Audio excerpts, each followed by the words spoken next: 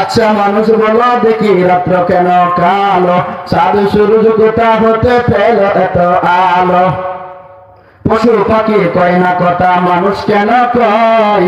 বলো বলো বলো মানুষ এসব কেমন করে হয়? ফুলগুলি সব নানান রঙের কেমন করে হয়?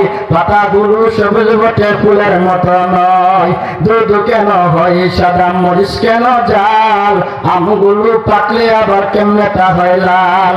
আচ্ছা মানুষ বাস করে যায় এই দুনিয়ার রঙে, হাতের লেখা আর চেহারা মিলে না কারো সঙ্গে, আর মিলে না কথার চরণ আঙ্গুলের টিপ। স্রষ্টা আছে একজন, এবার প্রমাণ হলো ঠিক। কথা ঠিক কিনা বলেন?